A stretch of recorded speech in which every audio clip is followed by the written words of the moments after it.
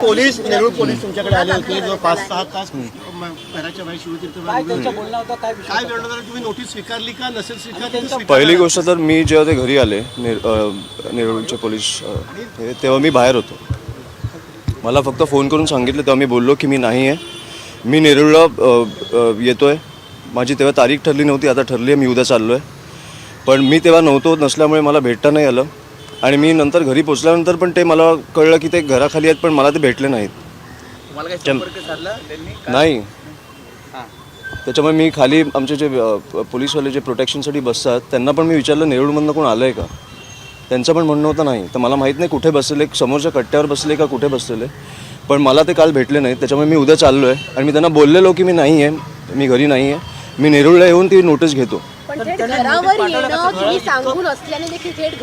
बघा, या गोष्टीत मला अनेक पोलिसांचे पण मेसेज आले आहेत की उत्तम झालं आहे म्हणून.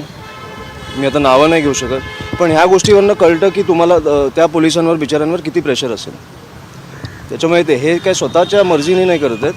आणि आपल्याला माहिती आहे प्रेशर कोण टाकते. आता पुरावे नसल्यामुळे मी नावं नाही घेऊ शकत, पण तुम्हाला पण माहिती आहे, मला पण माहिती आहे. उद्या शरद पवारांची भेट घेतली, मनसेसोबत जाणार नाही, ती दोन्ही ठाकरे एकत्र येण्याची भीती जी आहे ती त्यांना महानगरपालिकेला दिसेल.